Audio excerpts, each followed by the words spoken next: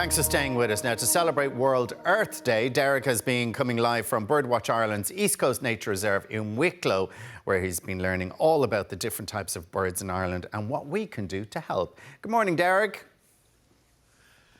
Yeah, good morning, Al. I have to say we're having a really interesting and educational morning down here at the East Coast Nature Reserve down in County Wicklow. Now, Niall Hatch is back with us now from Birdwatch Ireland. And now we're going to talk about some of the common nesting birds here in the country. We're going to kick off, I suppose, with the blue tit.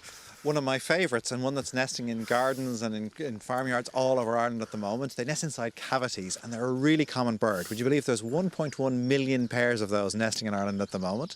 And they eat caterpillars, that's their main food. And between them, when they have their chicks in the nest, for the 2 weeks it takes those chicks to grow, each pair needs to get 10,000 caterpillars. You multiply that by 1.1 million pairs and you've got a heck of a lot of caterpillars. It's a busy time for them. It really is, it is. Now, next up, a bird that we actually heard here this morning, which is the grey-spotted woodpecker. Yes, just a recent colonist to Ireland. They only appeared around 2005. We had a population flew across the Irish Sea from Wales here to County Wicklow. We actually have a couple of pairs nesting here in our East Coast Nature Reserve, and they excavate a cavity in a tree or in a wooden post, and by doing that they create habitat for other birds to nest in, for bats to roost in as well. The species is now spreading across Ireland. We've had reports from many counties. It'll be interesting to see how they get on this year. They make a very loud tapping or drumming noise in the tree so people know that they're around. Now, moving on from that, a bird that is often confused with a swallow, a very small bird, it's the house martin. Yes, the house martin is the bird that builds the mud nests outside of a building, under the eaves. Swallows always nest inside a building or a structure. So they make these mud nests, they put them together out of little bricks that they make from mud mixed with saliva inside their mouths. So they make bricks inside their mouth? They do, absolutely, yeah. They shape them, they have no hands to pick it up with, of course, and that's what they do. And they nest there. And the amazing thing is they come to our houses in the summer, they're all around us. Then in the winter they migrate, presumably to Africa, but nobody really knows where they go. We haven't discovered their wintering grounds. Best way to tell them from a swallow is they have a white patch on their lower back, and they don't have the long tail of a swallow either. OK. Next up we have guillemots. Yes, these are a member of the auk family, which also includes the puffins. They nest on cliff ledges all around the Irish coast, wherever you have high cliffs.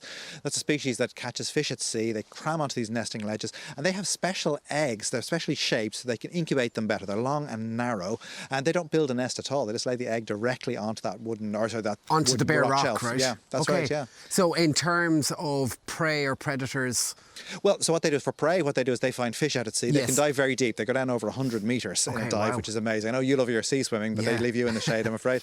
And they fly back with that. In terms of predators, because they're in a colony, it's safety in numbers. There's lots of them around. So peregrine falcons and things occasionally, but not much to worry about. Now, a lot of people interested in the cuckoo at the moment. Yes. A lot of farmers, well, we had a couple of farmers passing. Very hard to find and very hard to hear as well, aren't they? It is, unfortunately. It is a species that has declined in Ireland. A lot of people aren't so familiar with that amazing sound that they make. This is the peak arrival time. This week is when we see most of them arriving in. We're trying to monitor them. We have a project called Spring Alive that we do with partners all across Europe and indeed Africa and Central Asia. When people hear their first cuckoo, we're asking them to go to springalive.net and report them there. It helps us to keep track of them, see how they're faring. Really helps us to understand how climate change and things like that. And of course, the cuckoos don't build a nest. They hop into someone else's nest. Well, from a nesting point of view, that's right. Yeah, absolutely. They lay their eggs in the nest of another bird. So they need a host species to do that. In Ireland, it's the meadow pipit is their main host. Okay. The female lays her eggs in there, and they're camouflaged to look like the pipit's eggs, so they don't even know there's an interloper in the nest. And they nudge all the other eggs out of the nest. That's the very first thing they do. The young cuckoo hatches out before the other birds, and what it does is the very first thing it does, instinct tells it to heave all the other eggs out of the nest so that they won't hatch. Even when it's blind and naked, it can still do this. It's quite remarkable. OK, now we're going to move on next to threatened birds. And I was quite shocked to learn, actually, that in fact 63% of Ireland's population of birds are now threatened. And in fact, out of that 63, we've 54 actually native species here in Ireland that are actually on the red list. Is that correct? It is. It's really concerning, and the situation is deteriorating. So Birdwatch Ireland, along with our partners in Northern Ireland, RSPB, we've published an all-Ireland report of the birds of conservation concern. We've seen a big deterioration. We've seen that red list, it's up by 46% since we did the last survey just 7 years ago. So things are really going badly for a lot of our birds, I'm afraid. OK, so let's kick off, I suppose, with a beautiful bird, that is the puffin. It is. The puffin's everyone's favourite. I think if the puffin didn't exist, Birdwatch Ireland would have to invent reinvented. It's a great campaign for birds. But the thing is that it's actually on the endangered list now, declining. We're worried within a century that species could be extinct globally because of changes in the marine environment. We're seeing our oceans warming. We're seeing that depleting the food supply for these puffins. We need to see proper protection for the marine areas where they feed, and it'd be an awful tragedy if that species was to go extinct. Of course, a great spot for them is down the Salty Islands there. Yes, the Salty Islands very good. Cliffs of Moher, another very good spot. Okay. And of course you have the Skelligs too. Great. Now the curlew, there's only about 130 breeding pairs in the country. Yes, this is a tragic case. The curlew used to be a very common bird across Ireland, including here in Wicklow. I remember in the Wicklow Mountains as a kid, I'd hear them all the time. Not anymore. The population is really reduced very low. There are fewer of them breeding in Ireland now than there are corncrakes. And again, this is a species that could be extinct in Ireland within 10 years if action isn't taken.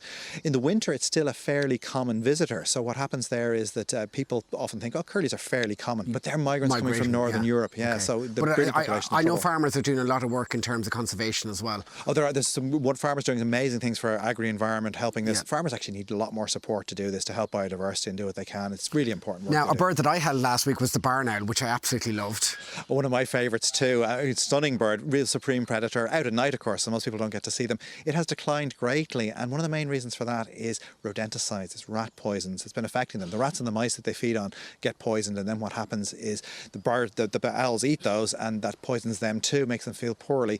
Another problem is lack of nest sites for our barn owls. They like ruined buildings and barns and sheds. Modern buildings, fewer places for them, so nest boxes can really help them. That's a way we're trying to turn the tide in Birdwatch Ireland. And you have that nest box scheme for the barn owls. The kestrel as well, rodenticides, another major problem. It is. The kestrel was once our most common bird of prey and our most conspicuous. You'd often see them hovering at the side of roads, and you still do, but they're fewer than there used to be. Rodenticides hitting them. Also changes in farming, intensification of agriculture has hit their prey species quite a lot. So it's another bird that it's on the red list now. We're watching out for them, and they really need help. And one of the last birds to arrive on our shores is the kestrel, a beautiful bird. Oh, the swift, was it? The swift, the swift, yes. Yeah, absolutely. It's a lovely bird that comes to us from Africa. One of our last migrants to arrive. They come in May and stay with us until August. A great bird. They nest inside buildings and roof spaces. Again, lack of nest sites is hitting that species. Lack of insects as well, because climate change and, again, agricultural change too is affecting the insect populations. That's another species we're looking for to help with Spring Alive. SpringAlive.net when you hear your first swift or see. And of course, people can buy membership as well. Yeah, we really would need support. As a charity, Birdwatch Ireland relies on its members for support. So if people like to join us and get our magazine wings and help with the work we're doing and go to our events, it's birdwatchireland.ie for all the details there. OK, so there you have it. Niall, thanks a million for chatting to us here this morning. Learned loads. And of course, birdwatchireland.ie for more information. But for now, back to you in the studio, Al. Isn't that lovely to hear the bird song there and lovely sunshine? Oh, we have a beautiful country, one we can go out and explore it.